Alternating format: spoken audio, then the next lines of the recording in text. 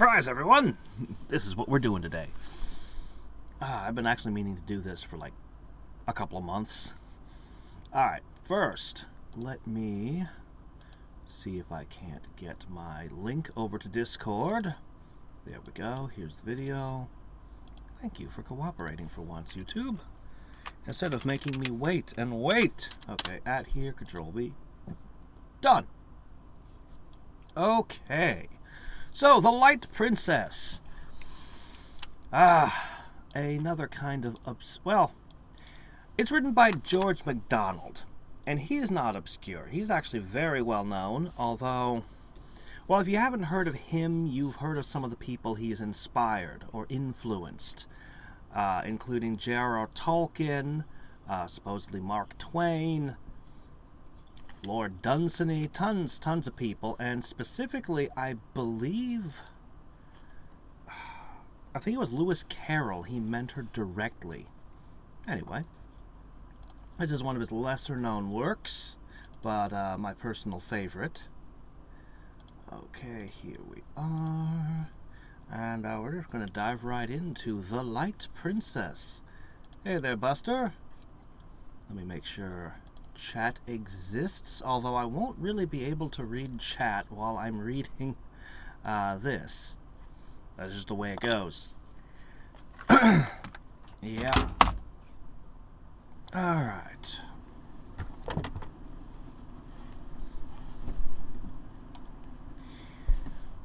Once upon a time, so long ago that I've forgotten the date, there lived a king and a queen who had no children. And the king said to himself, "All the queens of my acquaintance have children, some 3, some 7, and some have as many as 12, and my queen has not one. I feel ill-used." So he made up his mind to be cross with his wife about it. But she bore it all like a good patient queen she was. Then the king grew very cross indeed, but the queen pretended to take it all as a joke, and a very good one, too. "Why don't you have any daughters, at least?" said he. "I don't say sons, that might be too much to expect." "I assure you, dear king, I am very sorry," said the queen. "So you ought to be," retorted the king. "You are not going to make a virtue of it, surely." But he was not an ill-tempered king, and in any matter of less moment would have let the queen have her own way with all his heart. This, however, was an affair of state. The queen smiled. "You must have patience with a lady, you know, dear king," she said. She was indeed a very nice queen, and heartily sorry that she could not oblige the king immediately. The king tried to have patience, but he succeeded very badly. It was more than he deserved, therefore, when at last the queen gave him a daughter, as lovely a little princess as ever cried. The day drew near when the infant must be christened. The king wrote all the invitations with his own hand. Of course, somebody was forgotten. Now, it does not generally matter if somebody is forgotten, only you must mind who. Unfortunately, the king forgot, without intending to forget, and so the chance fell upon the Princess MacDonald, which was awkward, for the princess was the king's own sister, and he ought not to have forgotten her. But she had made herself so disagreeable to the old king, their father, that he had forgotten her in making his will, and so it was no wonder that her brother forgot her in writing his invitations. But poor relations don't do anything to keep you in mind of them. Why don't they? The king could not see into the garret she lived, could he? She was a sour, spiteful creature. The wrinkles of contempt crossed the wrinkles of peevishness, and made her face as full of wrinkles as a pat of butter. If ever a king could be justified in forgetting anybody, this king was justified in forgetting his sister, even at the christening. She looked very odd, too. Her forehead was as large as all the rest of her face, and projected over it like a precipice.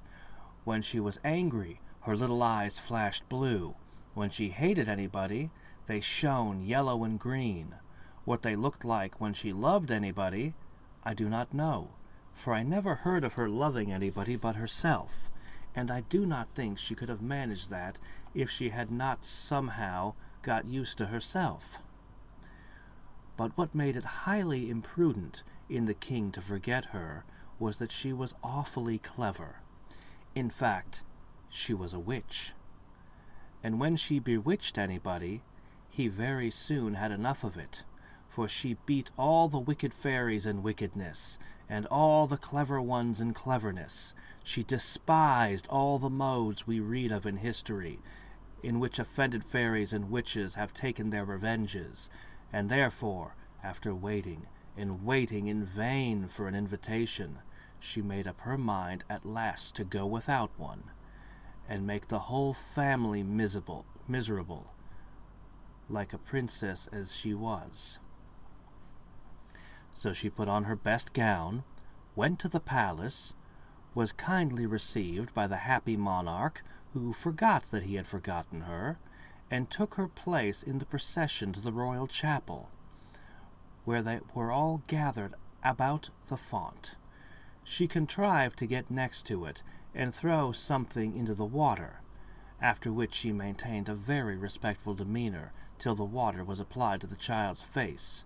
But at that moment she turned round in her place 3 times and muttered the following words loud enough for those beside her to hear: "Light of spirit by my charms, light of body every part, never weary human arms, only crush thy parents' heart."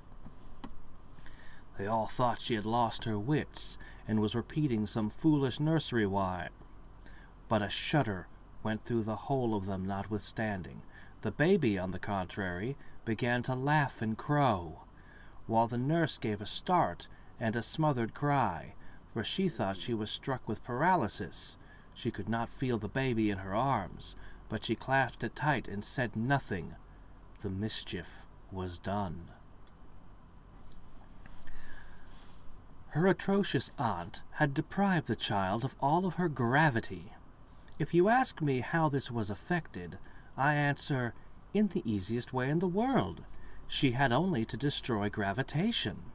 For the princess was a philosopher, and knew all the ins and outs of the laws of gravitation, as well as the ins and outs of her bootlace.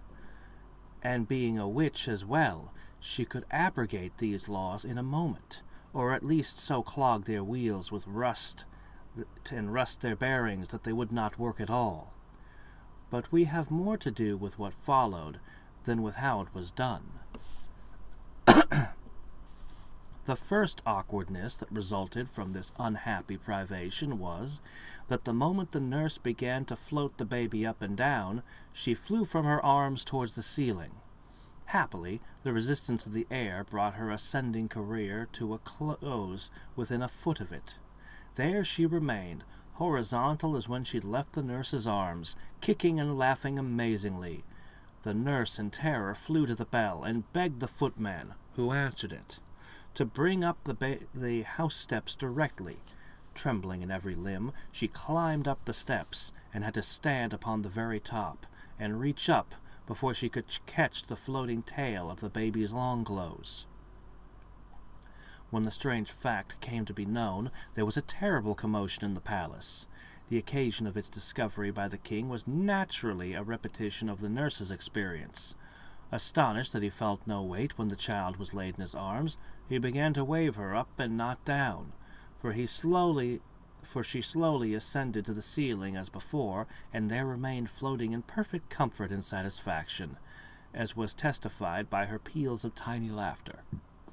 The king stood staring up in speechless amazement, and trembled so that his beard shook like grass in the wind. At last, turning to the queen, who was just as horror-struck as himself, he said, gasping, staring, and stammering, She can't be ours, queen." Now the queen was much cleverer than the king, and she begun already to suspect that this effect defective came by a cause.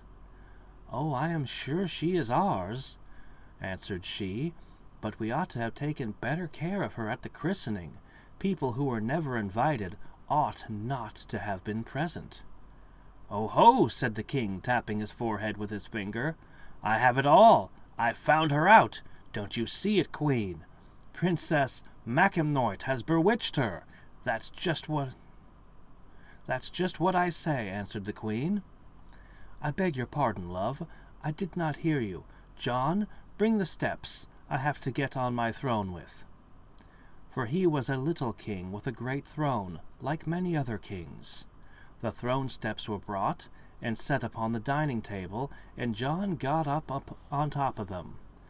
But he could not reach the little princess, who lay like a baby laughter cloud in the air, exploding continuously. "Take the tongs, John," said his Majesty, and getting up on the table, he handed it to him. John could reach the baby now, and the little princess was handed down by the tongs.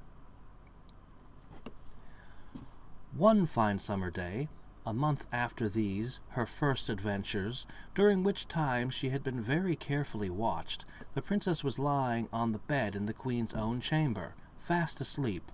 One of the windows was open, for it was noon, and the day was so sultry that the little girl was wrapped in nothing less ethereal than slumber itself. The queen came into the room, and not observing that the baby was on the bed, opened another window. A frolicsome fairy wind, which had been waiting for a chance of mischief, rushed in at one window, and taking it way over the bed where the child was lying, caught her up, and rolling and floating her along like a piece of flue or a dandelion seed, carried her with it through the opposite window and away. The queen went downstairs, quite ignorant of the loss she herself had occasioned.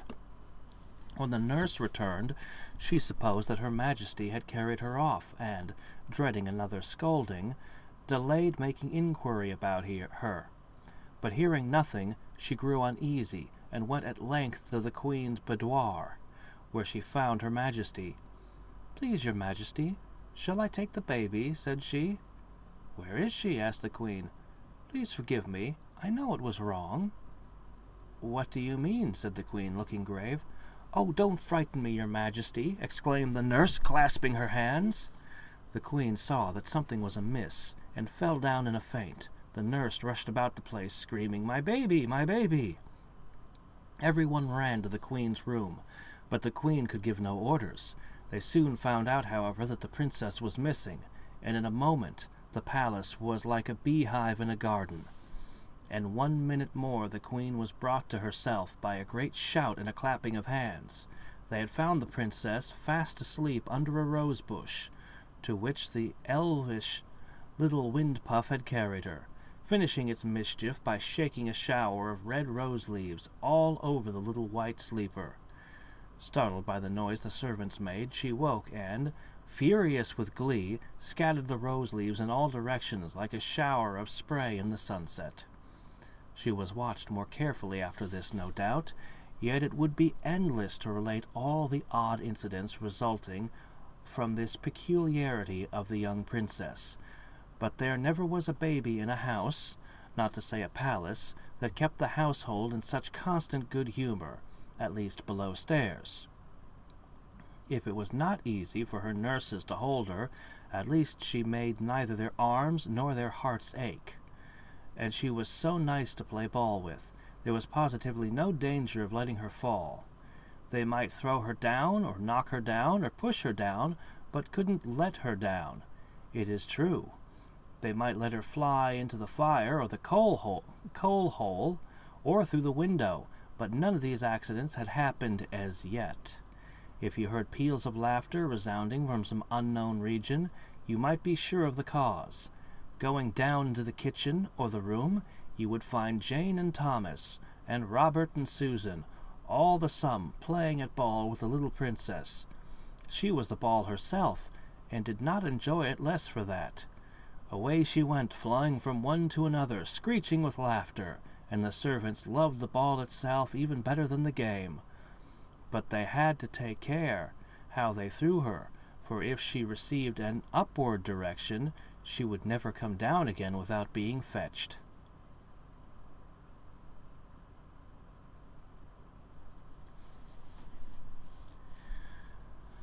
But the above stairs it was different. One day, for instance, after breakfast, the king went into his counting house and counted his money. The operation gave him no pleasure. "To think," said he to himself, "that every one of these gold sovereigns weighs 1/4 of an ounce, and my real, live, flesh-and-blood princess weighs nothing at all." And he hated his gold sovereigns as they lay with a broad smile of self-satisfaction all over their yellow faces. The queen was in the parlor, eating bread and honey, but at the second mouthful she burst out crying and could not swallow it. The king heard her sobbing, glad of anybody, but especially of his queen, to quarrel with. He clashed his gold sovereigns into his money-box, clapped his crown on his head, and rushed into the parlor. "What is it all about?" exclaimed he. "Why for are you crying, queen?" "I can't eat it," said the queen, looking ruefully at the honey-pot. "No wonder," retorted the king. "You've just eaten your breakfast, 2 turkey eggs and 3 anchovies." "Oh, that's not it," sobbed her majesty. "It's my child, my child." "Well, what's the matter with your child? She's neither up the chimney nor down the draw-well. Just hear her laughing." Yet the king could not help a sigh, which he tried to turn into a cough, saying, "It's a good thing to be light-hearted, I am sure, whether she be ours or not." "It is a bad thing to be light-headed," answered the queen, looking with prophetic soul far into the future. "'Tis a good thing to be light-handed," said the king. "'Tis a bad thing to be light-fingered," answered the queen. "'Tis a good thing to be light-footed," said the king. "'Tis a bad thing," began the queen, but the king interrupted her. "In fact," said he, with a tone of one who concludes an argument in which he has had only imaginary opponents, and in which, therefore, he has come off triumphant, "in fact, it is a good thing altogether to be light-bodied." "But it is a bad thing altogether to be light-minded," retorted the queen, who was beginning to lose her temper. This last answer quite discomfited his majesty, who turned on his heel and betook himself to his counting-house again. But he was not halfway towards it when the voice of the queen overtook him. "It is a bad thing to be light-haired," screamed she, determined to have more last words, now that her spirit was roused. The queen's hair was black as night, and the king's had been, and his daughter's was golden as morning. But it was not this reflection on his hair that arrested him. It was the double use of the word light, for the king hated all witticisms, and punning especially, and besides, he could not tell whether the queen meant light-haired or light-aired. For why might she not aspirate her vowels when she was exasperating herself? He turned upon his other heel and rejoined her. She looked angry still, because she knew that she was guilty, or, what was much the same, knew that he thought so.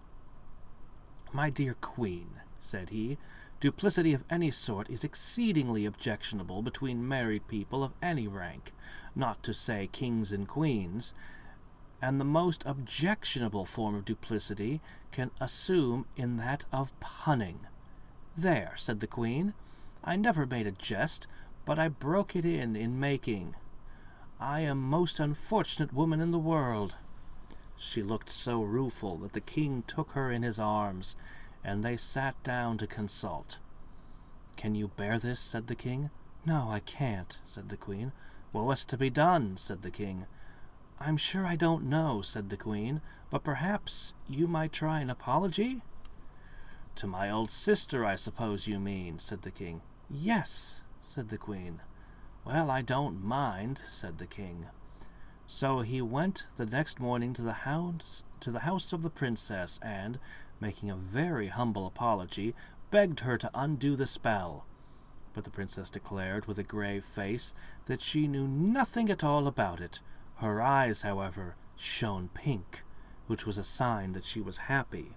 She advised the king and queen to have patience, and to mend their ways.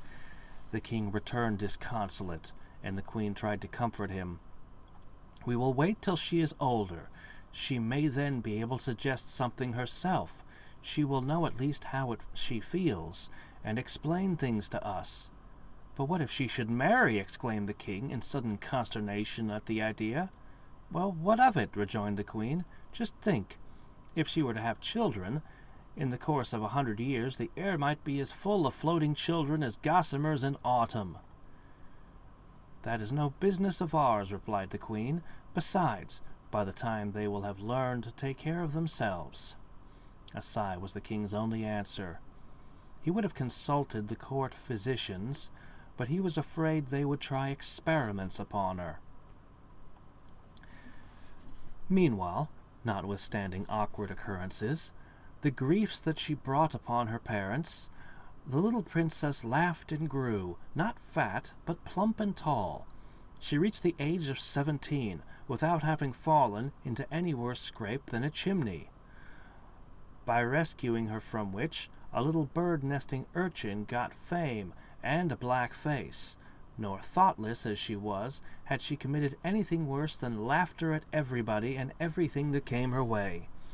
When she was told, for the sake of experiment, that General Clarenfort was cut to pieces with all of his troops, she laughed.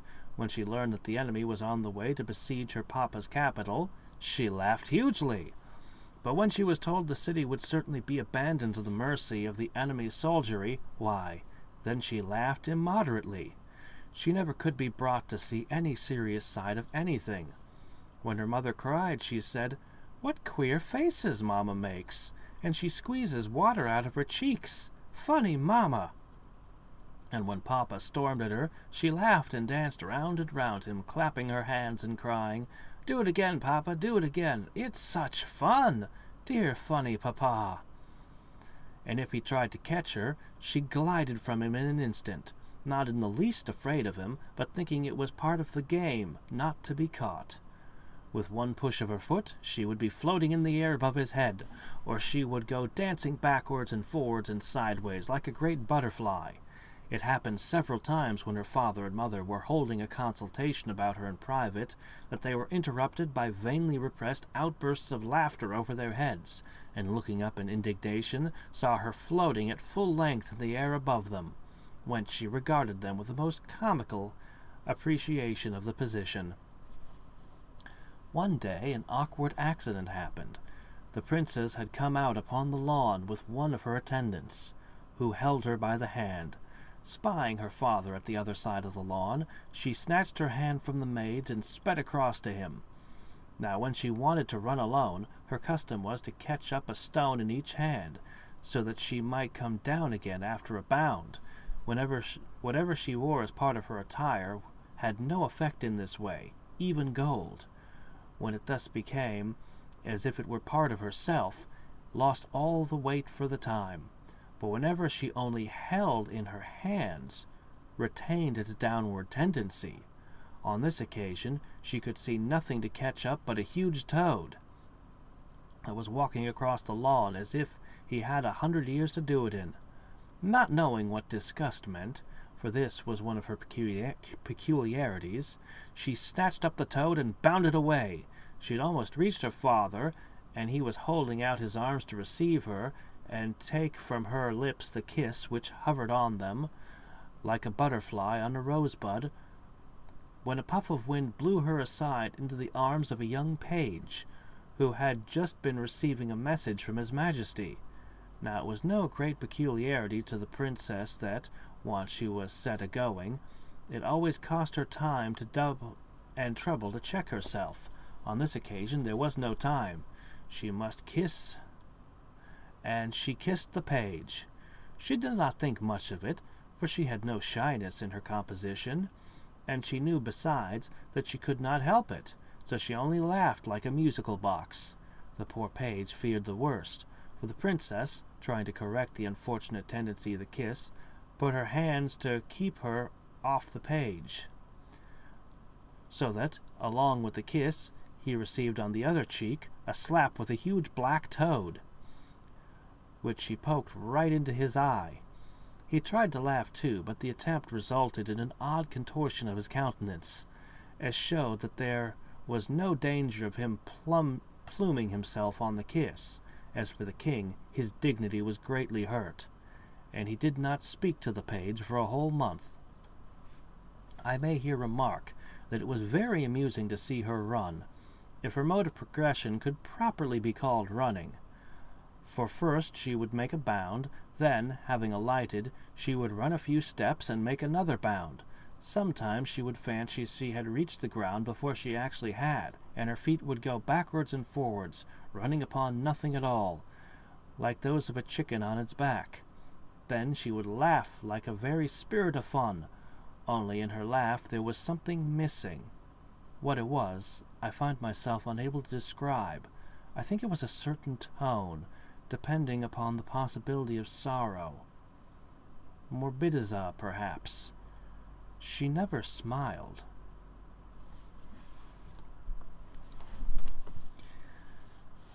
After a long avoidance of the painful subject, the king and queen resolved to hold a council of 3 upon it. And so they sent for the princess. In she came, sliding and flitting and gliding from one piece of furniture to another, and put herself at last in an armchair in a sitting posture. Whether she could be said to sit, seeing she received no support from the seat of the chair, I do not pretend to determine. "My dear child," said the king, "you must be aware by this time that you're not exactly like other people. Oh, you dear funny papa, I have got a nose and 2 eyes and all the rest. So have you. So has mamma." "Now be serious, my dear, for once," said the queen. "No, thank you, mamma, I'd rather not."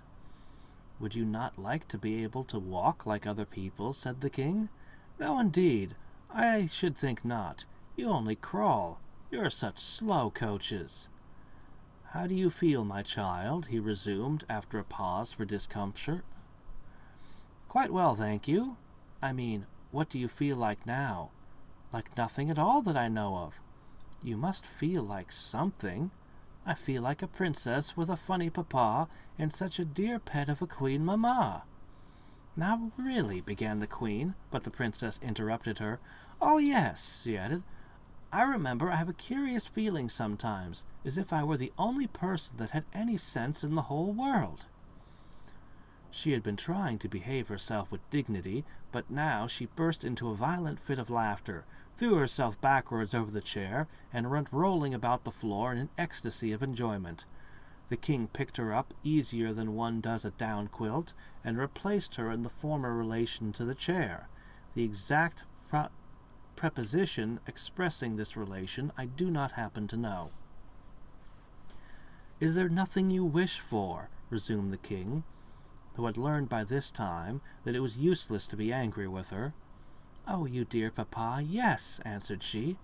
"What is it, darling?" "I've been longing for it, oh, such a time, ever since last night." "Tell me what it is." "Will you promise to let me have it?" The king was on the point of saying yes, but the wiser queen checked him with a single motion of her head. "Tell me what it is first," said he. No, promise first." "I dare not. What is it?" "Mind, I hold you to your promise. It was to be tied on the end of a string, a very long string indeed, and be flown like a kite. Oh, so much fun! I would rain rose water and hail sugar plums and snow whipped cream and—" A fit of laughing checked her, and she would have been off again all over the floor had the king not started up and caught her just in time. Seeing nothing but talk could be got out of her, he rang the bell and sent away with 2 of the ladies-in-waiting. "Now, Queen," he said, turning to Her Majesty, "what is to be done?" "There's only one thing left," answered she. "Let us consult the College of Metaphysicians." "Bravo!" cried the king. "We will." Now at the head of this college were 2 very wise Chinese philosophers, by name Humdrum and Kopi Kek. For them the king sent, and straightway they came. In a long speech he communicated to them what they knew very well already, as who did not, namely, the peculiar condition of his daughter in relation to the globe on which she dwelt, and requested them to consult together as to what might be the cause and probable cure of her infirmity. The king laid stress on that word, but failed to discover his own pun. The queen laughed, but Humdrum and Kopekek heard with humility and retired in silence. The consultation consisted chiefly in propounding and supporting, for the 1000th time, each his favorite theories. For the condition of the princess afforded delightful scope for the discussion of every question arising from the division of thought in fact, of all the metaphysics of the Chinese Empire. But it is only justice to say that they did not altogether neglect the discussion of the practical question, what was to be done. Humdrum was a materialist, and Kopekek was a spiritualist. The former was slow and sententious, the latter was quick and flighty. The latter had generally the first word, the former the last. I reassert my former assertion, began Kopekek with a plunge. This is not a fault in the princess, body or soul, only they are wrong put together. Listen to me now, Humdrum, and I will tell you in brief what I think. Don't speak, don't answer me, I won't hear you till I have done. At the decisive moment when souls seek their appointed habitations, two eager souls met, struck, rebounded, lost their way, and each arrived in the wrong place. The soul of the princess was one of those, and she went far astray. She does not belong by rights to this world at all, but to some other planet, probably Mercury. Her proclivity to her true sphere destroys all the natural influence which this orb would otherwise possess over her corporeal frame. She cares for nothing here. There is no relation between her and this world. She must therefore be taught, by the sternest compulsion, to take an interest in the earth as the earth. She must study every department of its history, its animal history, its vegetable history, its mineral history, its social history, its moral history, its political history, its scientific history, its literary history, its musical history, its artistical history, above all, its metaphysical history. She must begin with the Chinese dynasty and end with Japan, but first of all, she must study geology, and especially the history of the extinct races of animals, their natures, their habits, their loves, their hates, their revenges. She must hold, roared Humdrum. It is certainly my turn now. My rooted and insubversible conviction is that the causes of the anomalies evident in the princess's conditions are strictly and solely physical. But that is only tantamount to acknowledging that they exist. Hear my opinion. From some cause or other, of no importance to our inquiry, the motion of her heart has been reversed. That remarkable combination of the suction of the force pump works the wrong way. I mean, in the case of the unfortunate princess, it draws in where it should force out and forces out where it should draw in. The offices of the auricles and the ventricles are subverted. The blood is sent forth by the veins and returns by the arteries. Consequently, it is running the wrong way through all her corporeal organism, lungs and all. Is it then at all mysterious, seeing that such is the case, that on the other particular of gravitation as well, she should differ from normal humanity? My proposal for the cure is this. Phlebotomize until she is reduced to the last point of safety. Let it be effected, if necessary, in a warm bath. When she is reduced to a state of perfect asphyxia, apply a ligature to her left ankle, drawing it as tight as the bone will bear. Apply at the same moment another and equal tension around her right wrist. By means of plates constructed for the purpose, place the other foot and hand under the receivers of 2 air pumps. Exhaust the receivers, exhibit a pint of French brandy, and await the result, which would presently arrive in the form of a grim death. Death, said Kopekek. If it should, she would yet die in doing our duty, reported Humdrum. Both their majesties had too much tenderness for their volatile offspring to subject her to either of the schemes of the equally unscrupulous philosophers. Indeed, the most complete knowledge of the laws of nature would have been unserviceable in her case, for it was impossible to classify her. She was a fifth imponderable body, sharing all the other properties of the ponderable.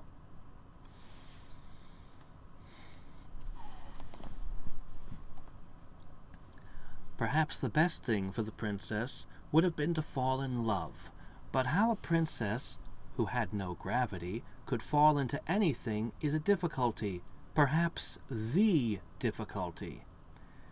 As for her own feelings on the subject, she did not even know that there was such a beehive of honey and strings to be fallen into. But now I come to mention another curious fact about her.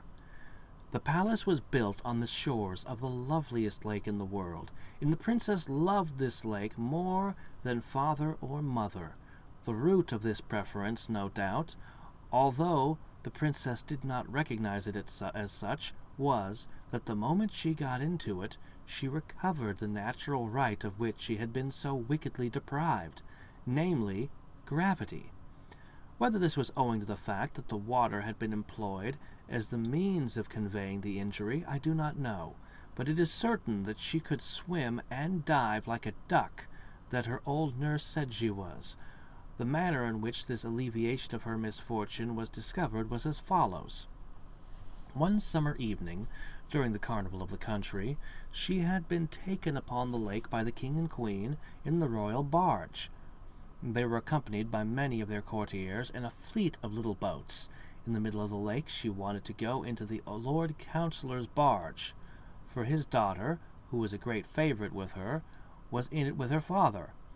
Now, though the old king rarely condescended to make light of his misfortune, yet, happening on this occasion to be in a particularly good humour, as the barges approached each other, he caught up the princess and threw her into the councillor's barge.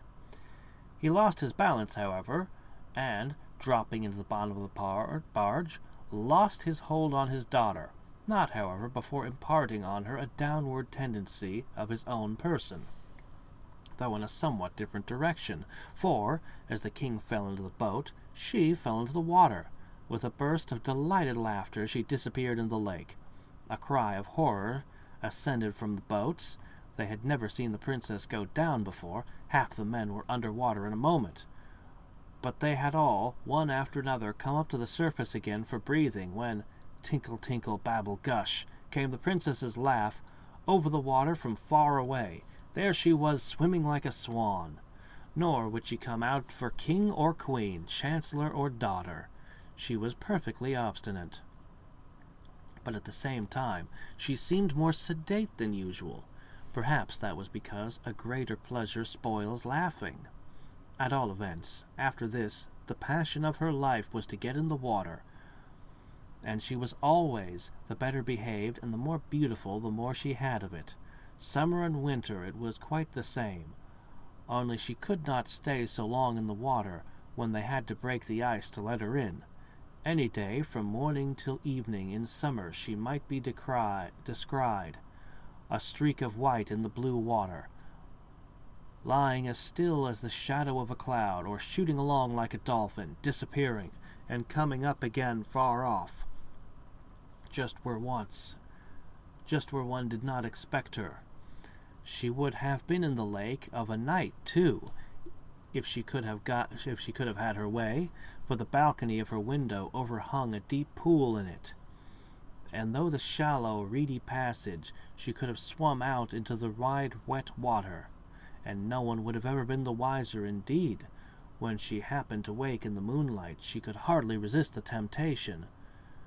But there was the sad difficulty of getting into it. She had a great dread of the air, as some children have of the water, for the slightest gust of wind would blow her away, and a gust might arise in the silliest moment, and if she gave herself a push towards the water, and just failed of reaching it, her situation would be dreadfully awkward, irrespective of the wind, for at best there she would have to remain, suspended in her nightgown, till she was seen and angled for by someone from the window. "Oh, if I had my gravity," thought she, contemplating the water, "I would flash off this balcony like a long white sea-bird, headlong into the darling wetness. Hi-ho!" This was the only consideration that made her wish to be like other people. Another reason for her being fond of the water was that in it alone she enjoyed any freedom, for she could not walk out without a cortege, consisting in part of a troop of a light horse, for fear of the liberties with which the wind might take with her. And the king grew more apprehensive with increasing years, till at last he would not allow her to walk abroad at all without some 20 silken cords fastened to as many parts of her dress, and held by 20 noblemen. Of course, horseback was out of the question. But she bade good-bye to all this ceremony when she got into the water. And so remarkable were its effects upon her, especially in restoring her for a time to the ordinary human gravity, that Humdrum and Kopykeck agreed in recommending the king to bury her alive for 3 years, in hope that, as the water did her so much good, the earth would do her more yet. But the king had some vulgar prejudices against the experiment, and would not give his consent. Foiled in this, they yet agreed in another recommendation, which, seeing that one imported his opinions from China and the other from Tibet, was very remarkable indeed. They argued that, if water of external origin and application could be so effective, water from a deeper source might work a perfect cure. In short, that if the poor afflicted princess could by any means be made to cry, she might recover her lost gravity. But how was this to be brought about? Therein lay the difficulty. To meet which the philosophers were not wise enough. To make the princess cry was as impossible as to make her weigh. They sent for a professional beggar, commanded him to prepare his most touching oracle of woe, helped him out of the court charade box to whatever he wanted for dressing up, and promised great rewards in the event of his success. But it was all in vain. She listened to the mendicant artist's story, and gazed at his marvelous make-up, till she could contain herself no longer, and went into the most undignified contortions herself, shrieking, positively screeching with laughter. When she had a little recovered herself, she ordered her attendants to drive him away, and not give him a single copper, whereupon his look of mortified discomfiture wrought her punishment and his revenge, for it sent her into violent hysterics, from which she was with difficulty recovered. But so anxious was the king that the suggestion should have a fair trial, that he put himself in a rage one day, and rushing up to her room, gave her an awful whipping. Yet not a tear would flow. She looked grave, and her laughing sounded uncommonly like screaming, and that was all. The good old tyrant, though he put on his best gold spectacles to look, could not discover the smallest cloud in the serene blue of her eyes. It might have been about this time that the son of a king, who lived 1,000 miles from Lagobel, set out to look for the daughter of a queen. He traveled far and wide, but as sure as he found a princess, he found some fault in her. Of course, he could not marry a mere woman, however beautiful, and there was no princess to be found worthy of him. Whether the prince was so near perfection that he had a right to demand perfection itself, I cannot pretend to say. All I know is that he was a fine, handsome, brave, generous, well-bred, and well-behaved youth, as all princes are. In his wanderings, he had come across some reports about our princess, but as everybody said she was bewitched, he never dreamt that she could bewitch him. For what, indeed, could a prince do with a princess that had lost her gravity? Who could tell what she might not lose next?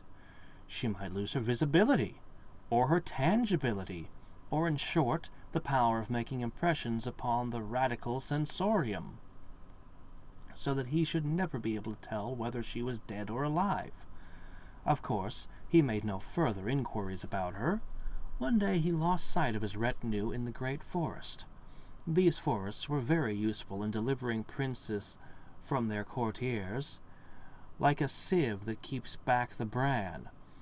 When the princes get away to follow their fortunes, in this way they have the advantage over the princesses, who are forced to marry before they have had a bit of fun. I wish our princesses got lost in the forest sometimes. One lovely evening, after wandering about for many days, he found that he was approaching the outskirts of this forest, for the trees had got so thin that he could see the sunset through them, and he soon came upon a kind of heath. Next, he came upon signs of human neighborhood, but by this time it was getting late, and there was nobody in the fields to direct him. After traveling for another hour, his horse, quite worn out with a long labor and lack of food, fell and was unable to rise again. So he continued his journey on foot. At length he entered another wood, not a wild forest, but a civilized wood, through which a footpath led him to the side of a lake. Along this path the prince pursued his way through the gathering darkness. Suddenly he paused and listened. Strange sounds came across the water. It was, in fact, the princess laughing. Now there was something odd in her laugh, as I have already hinted, for the hatching of the real hearty laugh requires the incubation of gravity, and perhaps that was how the princess mistook the laughter for screaming. Looking over the lake, he saw something white in the water, and, in an instant, he had torn off his tunic, kicked off his sandals, and plunged in. He soon reached the white object and found that it was a woman. There was not light enough to show that she was a princess, but quite enough to show that she was a lady, for it does not want much light to see that. Now I cannot tell how it came about, whether she pretended to be drowning, or whether he frightened her, or caught her so as to embarrass her, but certainly he brought her back to shore in a fashion ignominious to a swimmer, and more nearly drowned than she had ever expected to be, for the water had gotten into her throat as often as she had tried to speak. At the place to which he bore her, the bank was only a foot or two above the water, so he gave her a strong lift out of the water to lay her on the bank, but her gravitation ceased the moment she left the water. Away she went up into the air, scolding and screaming. "You naughty, naughty, naughty, naughty man!" she cried. No one had ever succeeded in putting her into a passion before. When the prince saw her ascend, he thought he must have been bewitched, and had mistaken a great swan for a lady, but the princess got hold of the topmost cone upon a lofty fir. This came off, but she caught another, and, in fact, stopped herself by gathering cones, dropping them as the stalks gave way. The prince, meantime, stood in the water, staring, and forgetting to get out. But the princess disappearing, he scrambled on shore, and went in the direction of the tree. There he found her climbing down one of the branches towards the stem. But in the darkness of the wood, the prince continued in some bewilderment as to what the phenomenon could be, until, reaching the ground, and seeing him standing there, she caught hold of him and said, "I'll tell Papa." "Oh, no, you won't," returned the prince. "Yes, I will," she persisted. "What business had you to pull me down out of the water and throw me to the bottom of the air? I never did you any harm." "Pardon me, I did not mean to hurt you." "I don't believe you have any brains, and what is worse lost than your wretched gravity, I pity you." The prince now saw that he had come upon the bewitched princess and had already offended her. Before he could think what to say next, she burst out angrily, giving a stamp with her foot that would have sent her aloft again, but for the hold she had of his arm. "Put me up directly." "Put you up where, you beauty?" asked the prince. He had fallen in love with her, almost already, for her anger made her more charming than anyone else than anyone else had ever beheld her, and, as far as he could see, which certainly was not far, she had not a single fault about her, except, of course, that she had not any gravity. No prince, however, would judge of a princess by weight. The loveliness of her foot he would hardly estimate by the depth of the impression it would make in the mud. "Put you up where, you beauty?" asked the prince. "In the water, you stupid," answered the princess. "Come, then," said the prince. The condition of her dress, increasing her usual difficulty in walking, compelled her to cling to him, and he could hardly persuade himself that he was not in a delightful dream, notwithstanding the torrent of musical abuse with which she overwhelmed him. The prince being therefore in no hurry, they came up to the lake at quite another part, where the bank was 25 feet high at least. And when they had reached the edge, he turned towards the princess and said, "How do I put you in?" "That is your business," she answered, quite snappishly. "You took me out, you put me in again." "Very well," said the prince, and catching her up in his arms, he sprang with her from the rock. The princess had just time to give one delighted shriek of laughter before the water closed over them. When they came to the surface, she found that, for a moment or two, she could not even laugh, for she had gone down with such a rush that it was with difficulty she recovered her breath the instant they reached the surface. "How do you like falling in?" said the prince. After some effort, the princess panted out, "Is that what you call falling in?" "Yes," answered the prince. "I should think it was a very tolerable specimen. It seemed to me like going up." My feeling was certainly one of elevation, too. The princess did not appear to understand her, for she retorted with his question, "How do you like falling in?" "Beyond everything," answered he, "for I have fallen in with the only perfect creature I ever saw." "No more of that. I'm tired of it." Perhaps she shared her father's aversion to punning. "Don't you like falling in, then?" "It is the most delightful fun I ever had in my life," answered she. "I never fell before. I wish I could learn. To think I'm the only person in my father's kingdom that can't fall." Here the poor princess looked almost sad. "I shall be most happy to fall in with you any time you like," said the prince devotedly. "Thank you. I don't know. Perhaps it would not be proper, but I don't care. At all events, we have fallen in. Let us have a swim together." "With all my heart," responded the prince. And away they went, swimming and diving and floating, until at last they heard cries along the shore, and saw lights glancing in all directions. It was not quite late, and there was no moon. "I must go home," said the princess. "I am very sorry, for this is delightful." "So am I," returned the prince, "but I'm glad I haven't a home to go to. At least, I don't exactly know where it is." "I wish I hadn't one either," rejoined the princess. "It's so stupid. I have a great mind," she continued, "to play them all a trick. Why couldn't they just leave me alone? They won't trust me in the lake for a single night.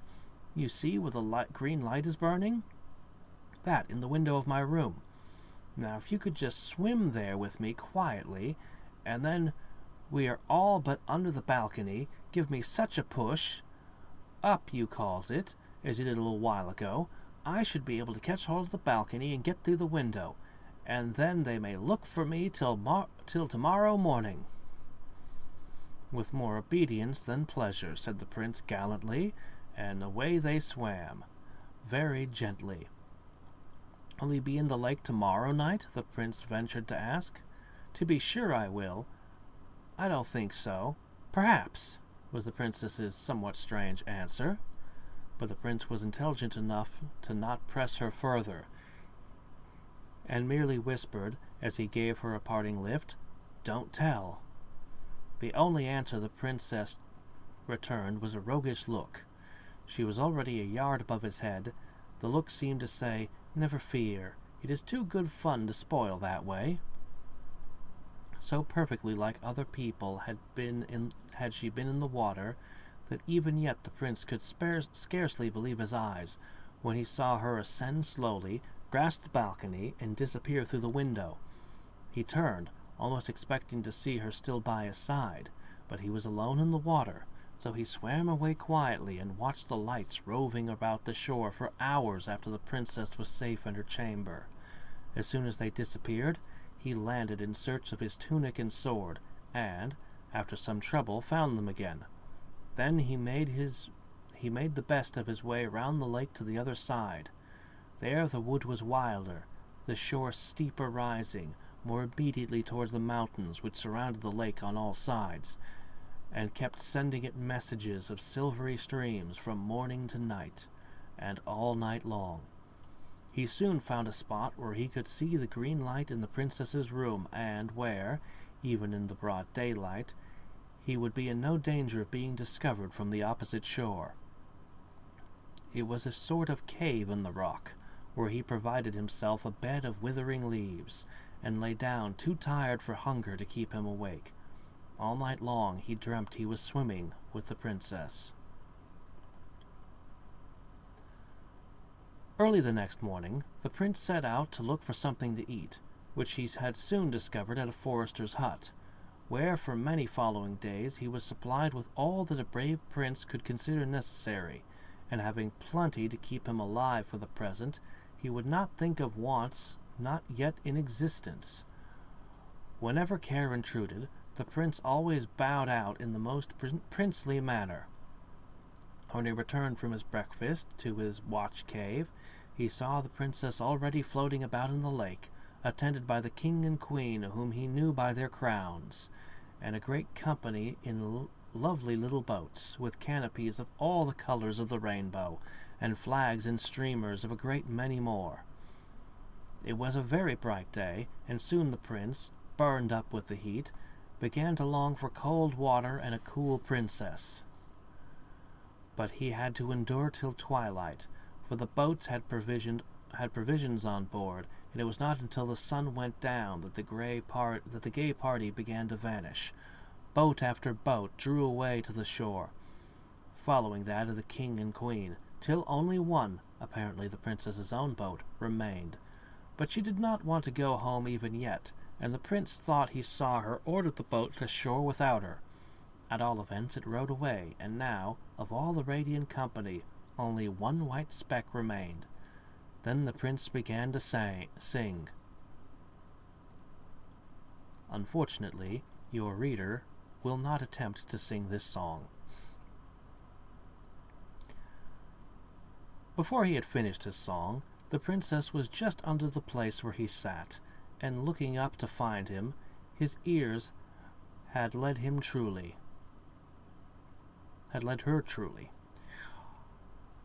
"Would you like a fall, princess?" said the prince, looking down. "Ah, there you are. Yes, if you please, prince," said the princess, looking up. "How do you know that I am a prince, princess?" said the prince. "Because you're a very nice young man, prince." "Come up then, princess." "Fetch me, prince." The prince took off his scarf, then his sword belt, then his tunic, and tied them all together and let them down. But the line was far too short. He unwound his turban, and added it to the rest. When it was all but long enough, and his purse completed it, the princess just managed to lay hold of the knot of money, and was beside him in a moment. This rock was much higher than the other, and the splash and the dive were tremendous. The princess was in ecstasies of delight, and their swim was delicious.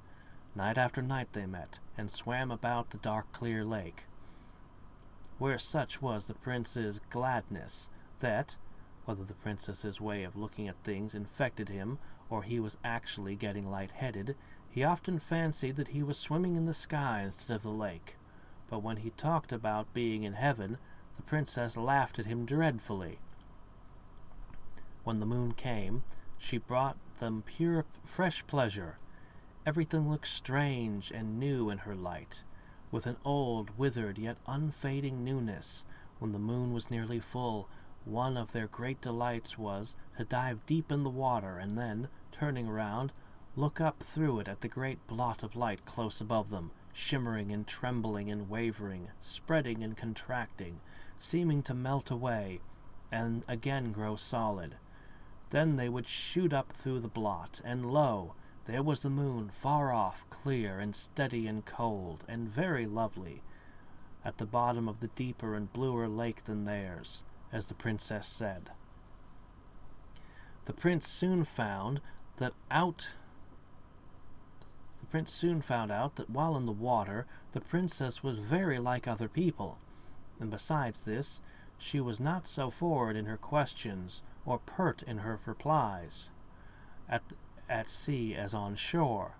Neither did she laugh so much, and when she did laugh, it was more gently.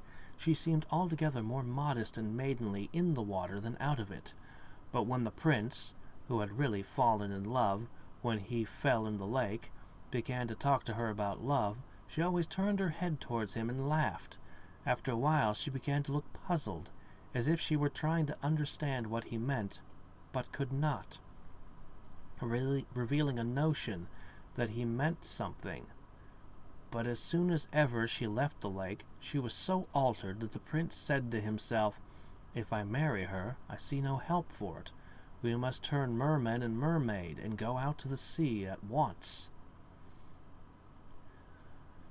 The princess's pleasure in the lake had grown to a passion, and she could scarcely bear to be out of it for an hour.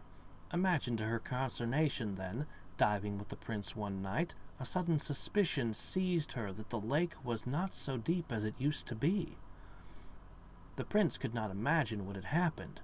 She shot to the surface and, without a word, swam at full speed towards the higher side of the lake.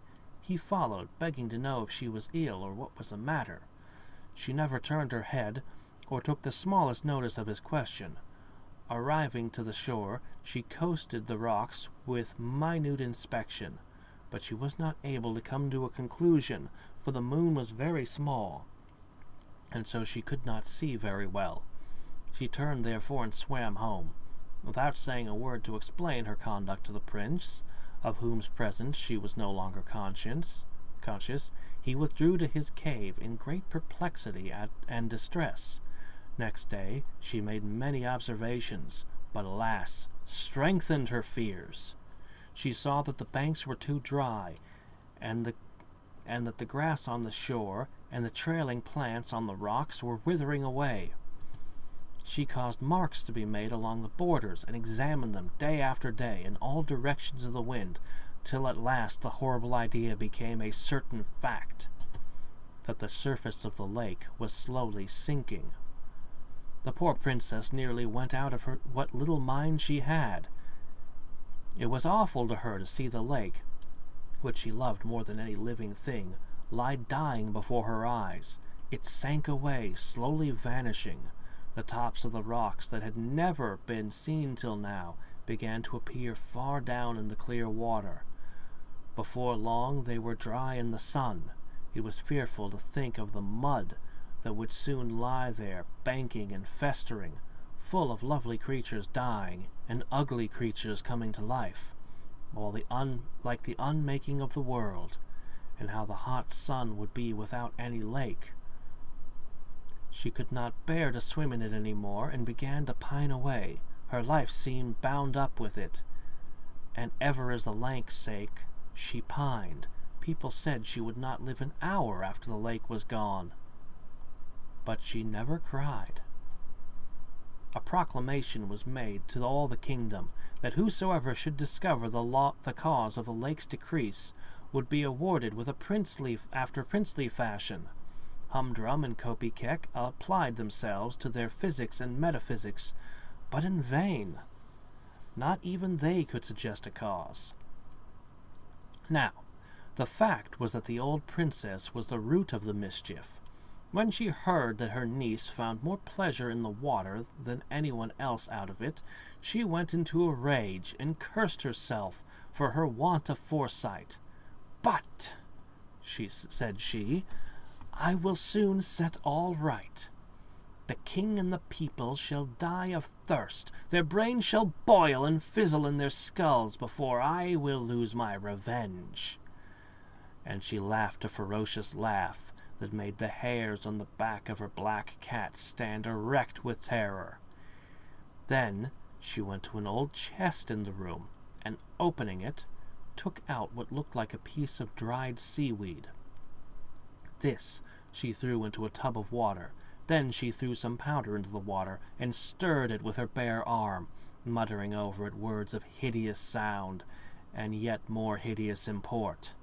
Then she set the tub aside and took from the chest a huge bunch of 100 rusty keys that clattered in her shaking hands. Then she sat down and proceeded to oil them all. Before she had finished, out from the tub, the water of which had kept on a slow motion ever since she had ceased stirring it, came the head and half the body of a huge gray snake. But the witch did not look around. It grew out of the tub, waving itself backwards and forwards with a slow horizontal motion, till it reached the princess.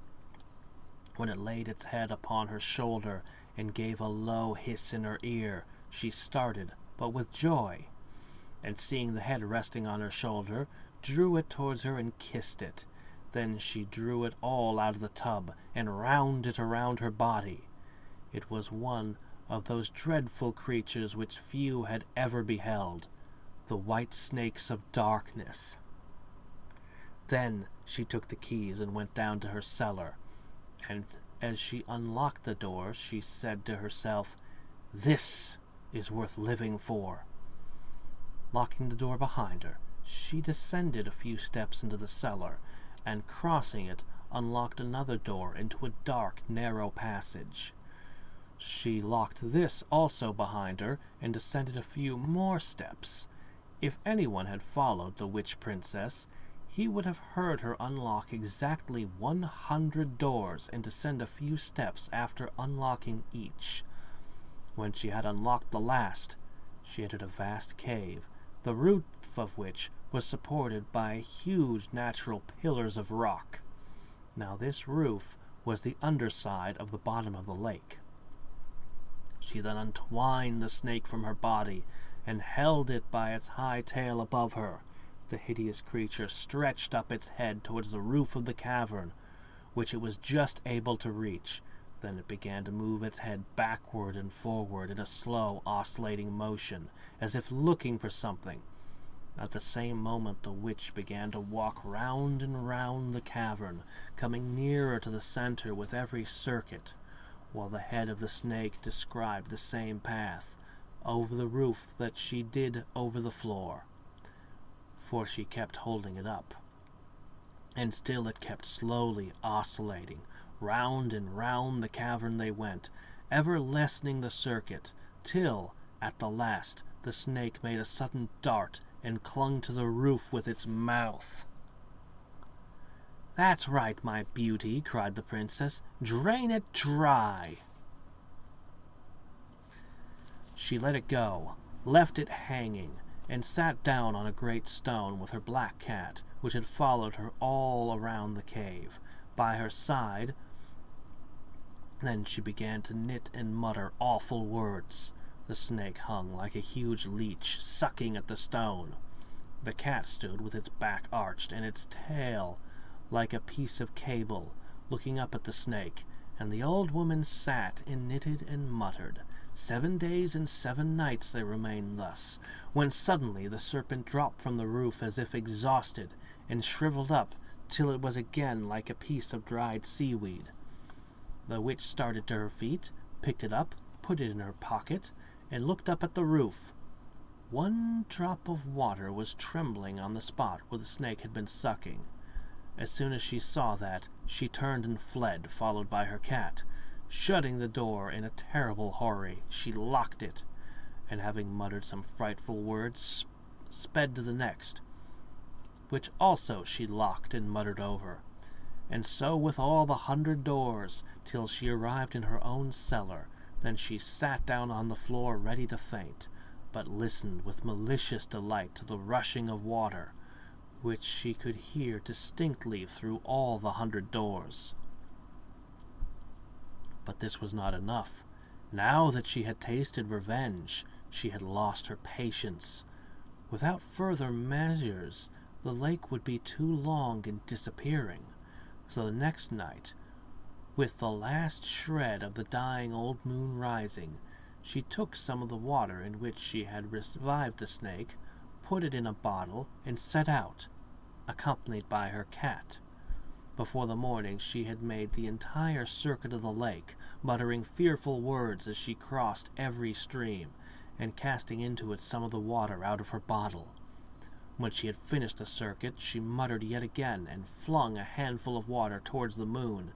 Thereupon every spring in the country ceased to throb and bubble, dying away like the pulse of a dying man. The next day there was no sound of falling water to be heard along the borders of the lake. The very courses were dry, and the mountains showed no silvery streaks down their dark sides.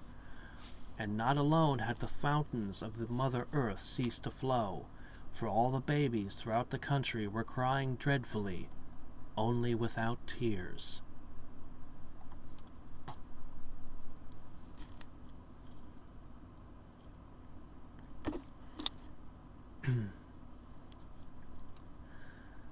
Never since the night when the princess left him so abruptly had the prince had a single interview with her.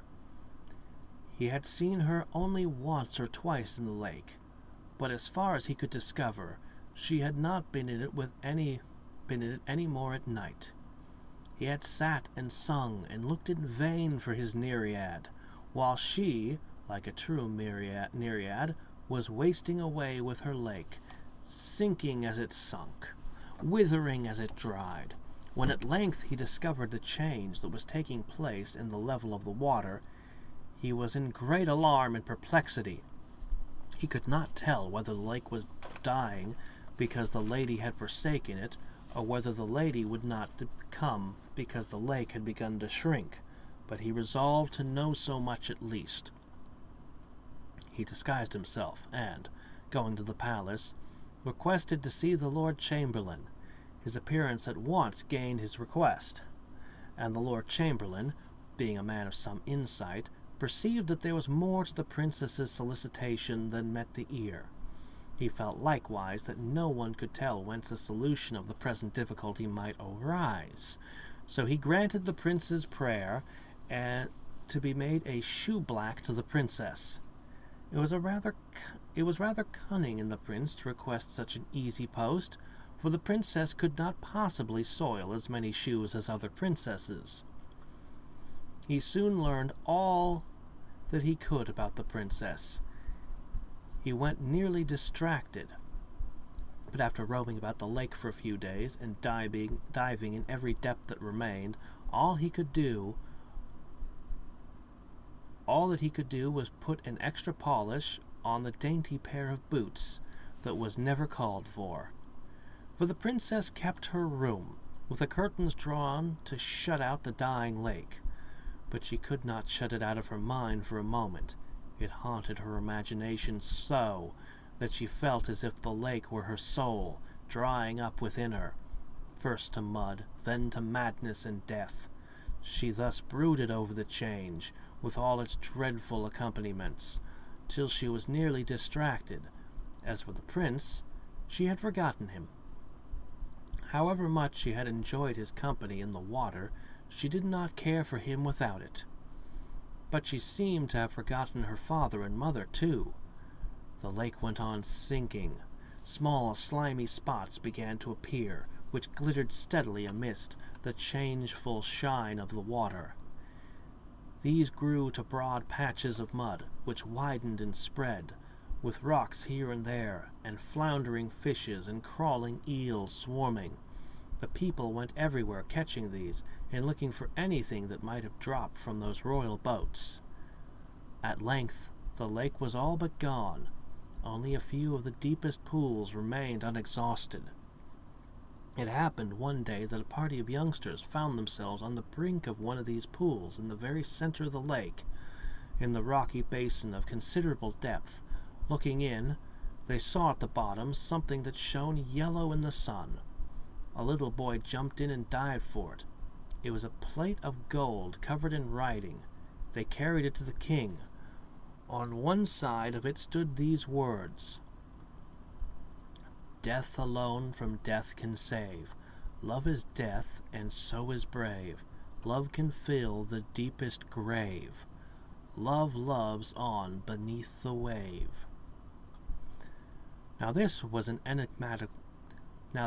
enigmatical enough to the king and the courtiers, but the reverse of the plate explained it a little. Its writing amounted to this: if the lake should disappear, they must find the hole through which the water ran. But it would be useless to try and stop it by any ordinary means. There was but one effectual mode. The body of a living man could alone staunch the flow.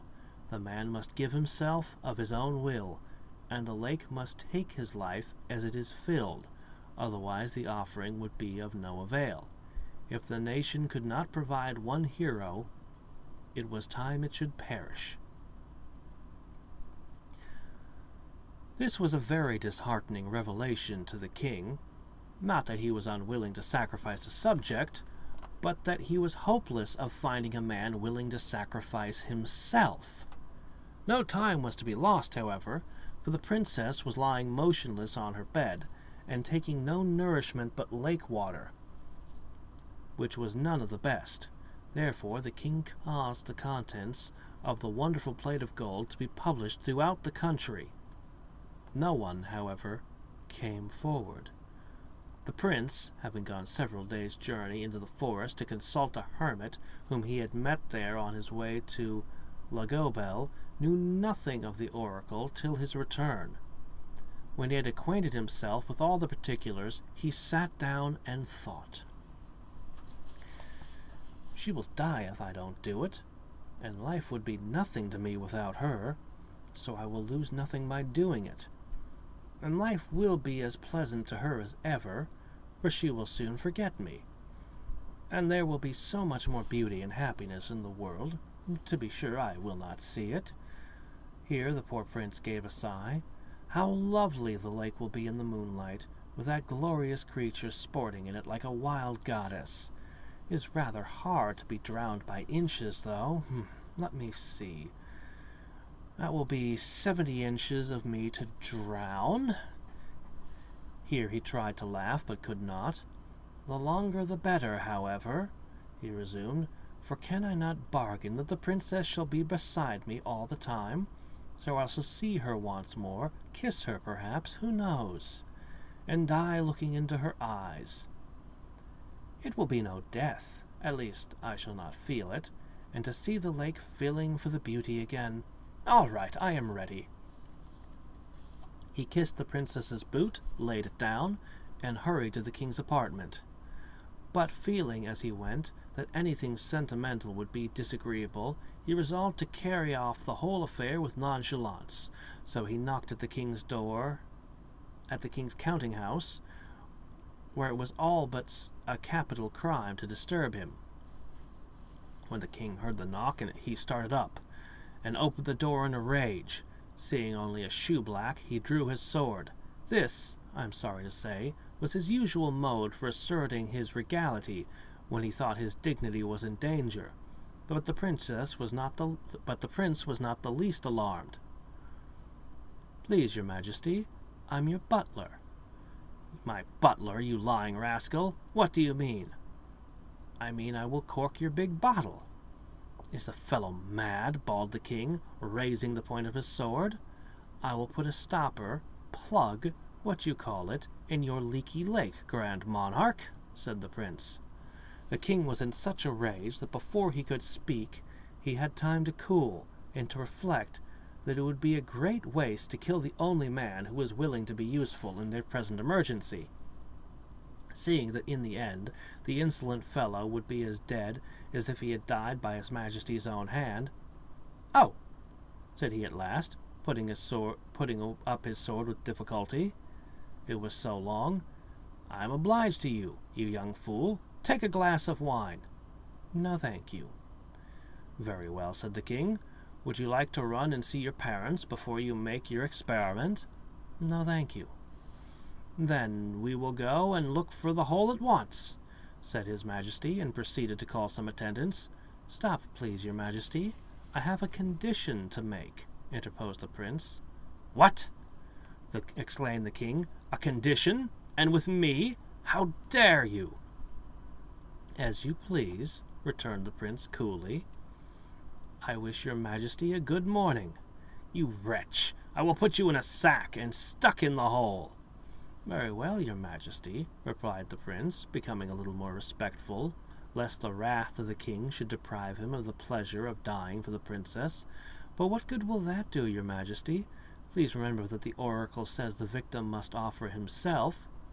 "Well, you have offered yourself." "Yes, upon one condition." "Condition again," roared the king, once more drawing his sword. "Begone! Somebody else will be glad enough to take the honor off your shoulders." "Your Majesty knows it will not be easy to get another to take my place." "Well, what is your condition?" growled the king, feeling that the prince was right.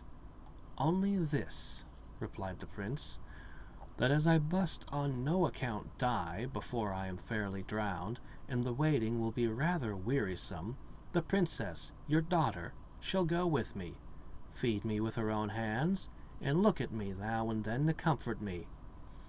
For you must confess it is rather hard. As soon as the water is up to my eyes, she may go and be happy, and forget her poor shoeblack." Here the prince's voice faltered, and he very nearly grew sentimental, in spite of his resolution. "Why didn't you tell me before what your condition was? So much fuss about nothing." "Do you grant it?" persisted the prince. "Of course I do." "Very well, I am ready." "Go and have some dinner, then, while I set my people to find the place."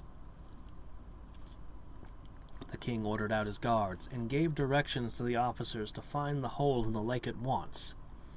So the bed of the lake was marked out in divisions and thoroughly examined, and in an hour or so the hole was discovered. It was in the middle of the stone, near the center of the lake. It was the very pool where the golden plate had been found. It was a three-cornered hole with great size, and there was water all around the stone, but very little was flowing through the hole.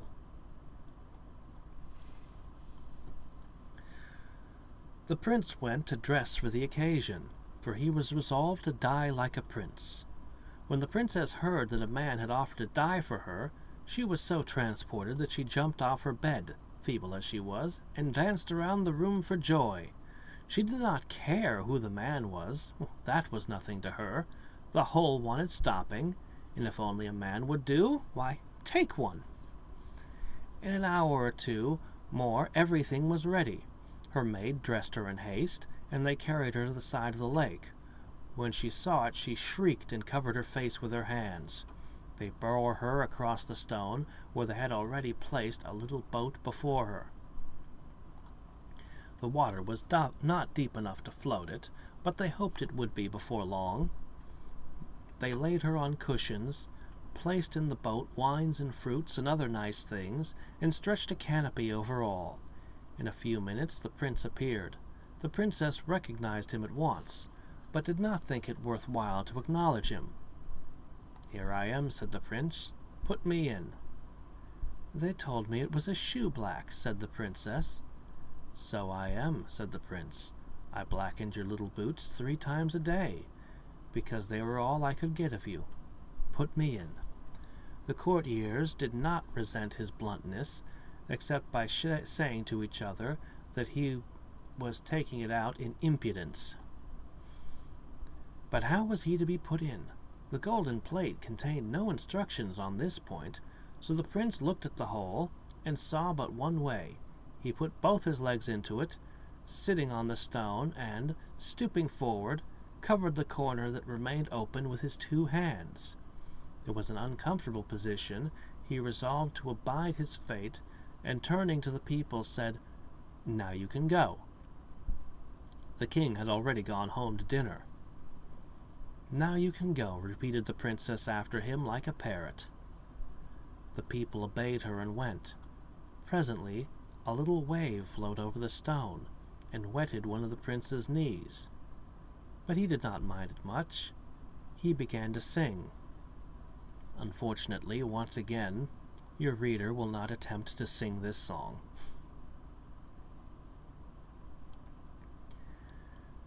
"Sing again, Prince. It makes it less tedious," said the princess. But the prince was too much overcome to sing any more, and after a long pause followed.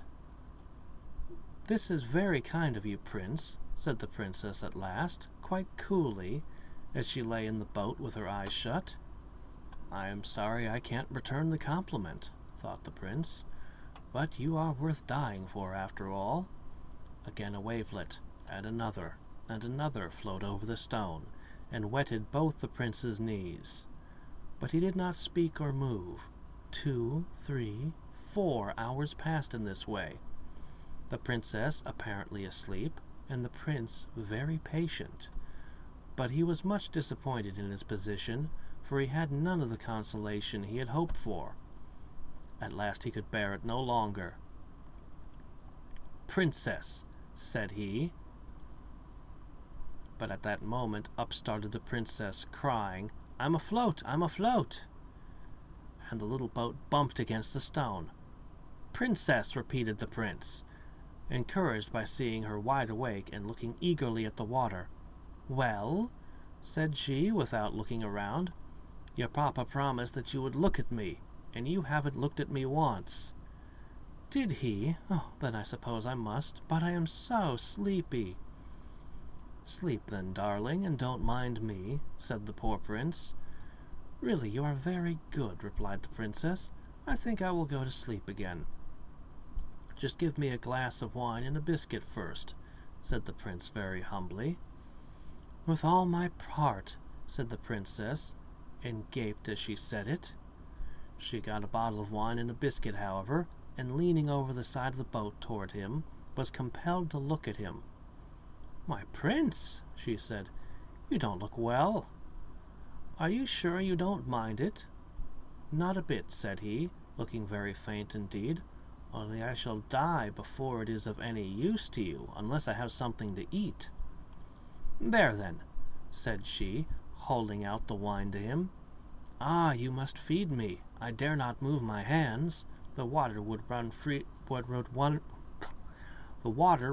away directly." "Good gracious," said the princess, and she began at once to feed him with bits of biscuit and sips of wine. As she fed him, he contrived to kiss the tips of her fingers now and then. She did not seem to mind it, one way or the other, but the prince felt better. "Now, for your own sake, princess," said he, "I cannot let you go to sleep. You must sit and look at me, else I shall not be able to keep up." "Well, I will do anything I can to oblige you," answered she, with condescension, and, sitting down, she did look at him, and kept looking at him with wonderful steadiness, considering all things. The sun went down, and the moon rose, and gush after gush the waters were rising up the prince's body. They were up to his waist now. "Why can't we go and have a swim?" said the princess.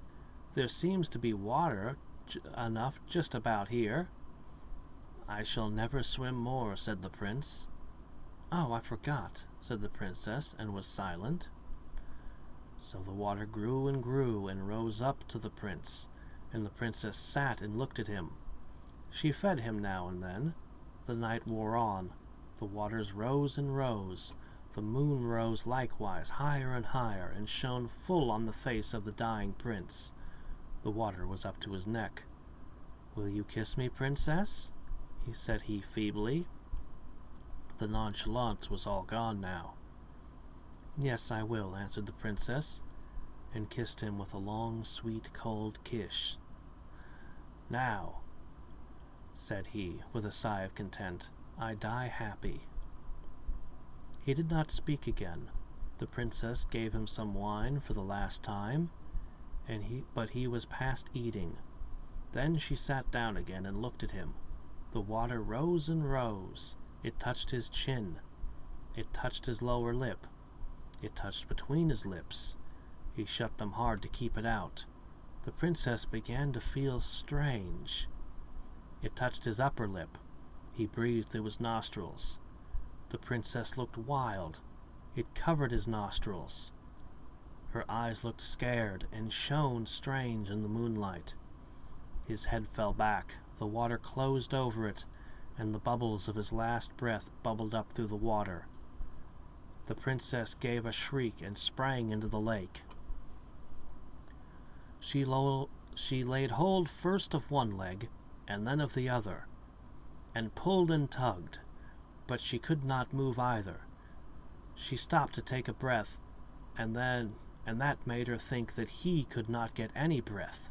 She was frantic. She got a hold of him and held his head above the water, which was possible now that his hands were no longer on the hole. But it was of no use, for he was past breathing. Love and water brought back all her strength. She got under the water and pulled with her whole might, till at last she got one leg out. The other easily followed. How she got him into the boat, she could never tell, but when she did, she fainted away. Coming to herself, she seized the oars, kept herself steady as best she could, and rowed, though she had never rowed before. Round rocks and over shallows, and through mud she rowed, till she got to the landing stairs of the palace. By this time her people were on the shore, for they had heard her shriek. She made them carry the prince to her own room and lay him in her bed, and light a fire and send for the doctors. "But the lake, your highness," said the chamberlain, who, roused by the noise, came in his nightcap. "Go and drown yourself in it," she said. This was the last rudeness of which the princess was ever guilty, and one must allow that she had good cause to feel provoked by the Lord Chamberlain. Had it been the king himself, he would have fared no better. But both he and the queen were fast asleep, and the chamberlain went back to his bed. Somehow the doctors never came, so the princess and her old nurse were left with the prince. But the old nurse was a wise woman and knew what to do. They tried everything for a long time without success. The princess was nearly distracted from hope and fear. But she tried on, one thing after another, and everything over and over. At last, when they had all but given up, just as the sun rose, the prince opened his eyes. The princess burst into a passion of tears and fell on the floor, where she lay for an hour, and her tears never ceased. All the pent-up crying of her life was spent now, and a rain came on, such as had never been seen in that country. The sun shone all the time, and the great drops which fell straight to the earth shone likewise. The palace was in the heart of a rainbow. It was a rain of rubies, and sapphires, and emeralds, and topazes. The torrents poured from the mountains like molten gold, and if it had not been for the subterranean outlet, the lake would have overflowed and inundated the country. It was full from shore to shore. But the princess did not heed the lake. She lay on the floor and wept, and this rain within doors was far more wonderful than the rain out of doors. For when it abated a little, and she proceeded to rise, she found to her astonishment that she could not. At length, after many efforts, she succeeded in getting upon her feet, but she tumbled down again directly. Hearing her fall, her old nurse uttered a yell of delight and ran to her, screaming, "My darling child, she's found her gravity!" "Oh, that's it, is it?"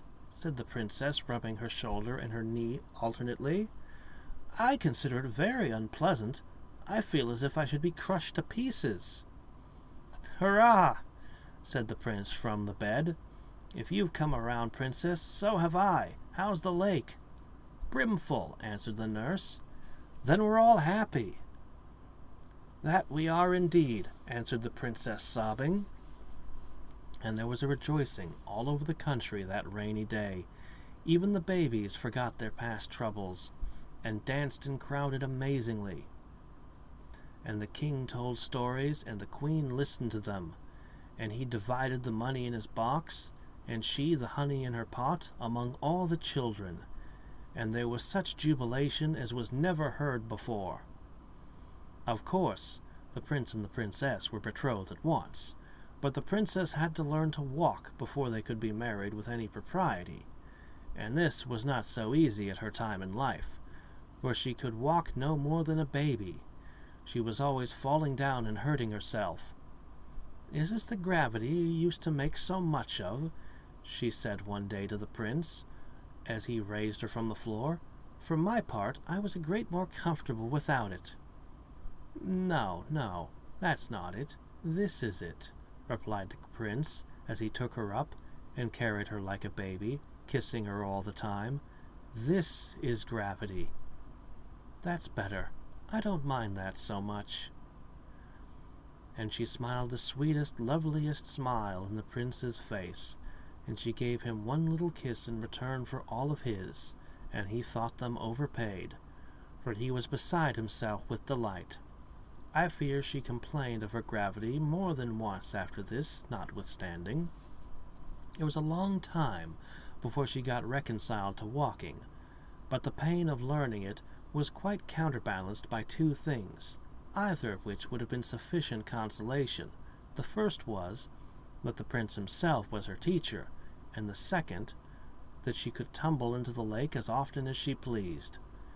Still, she preferred to have the prince jump in with her, and the splash they made before was nothing compared to the splash they made now. The lake never sank again. In process of time, it wore the roof of the cavern quite through, and was twice as deep as before.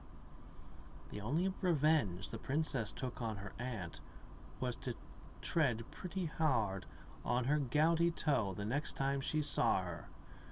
But she was sorry for it the very next day, when she heard that the water had undermined her house, and that it had fallen in the night, burying her in its ruins, whence no one ever ventured to dig up her body. There she lies to this day. So the prince and princess lived and were happy, and had crowns of gold, and clothes of cloth, and shoes of leather, and children of boys and girls, not one of whom was ever known, on the most critical occasion, to lose the smallest atom of his or her due proportion of gravity.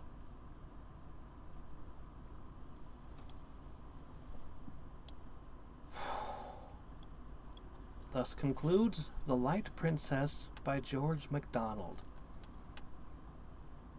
One of the most imaginative fairy tales to come out of the 1800s.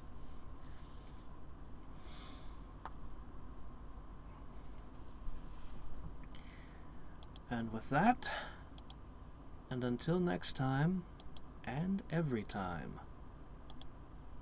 this is Hadriex signing off. Bye.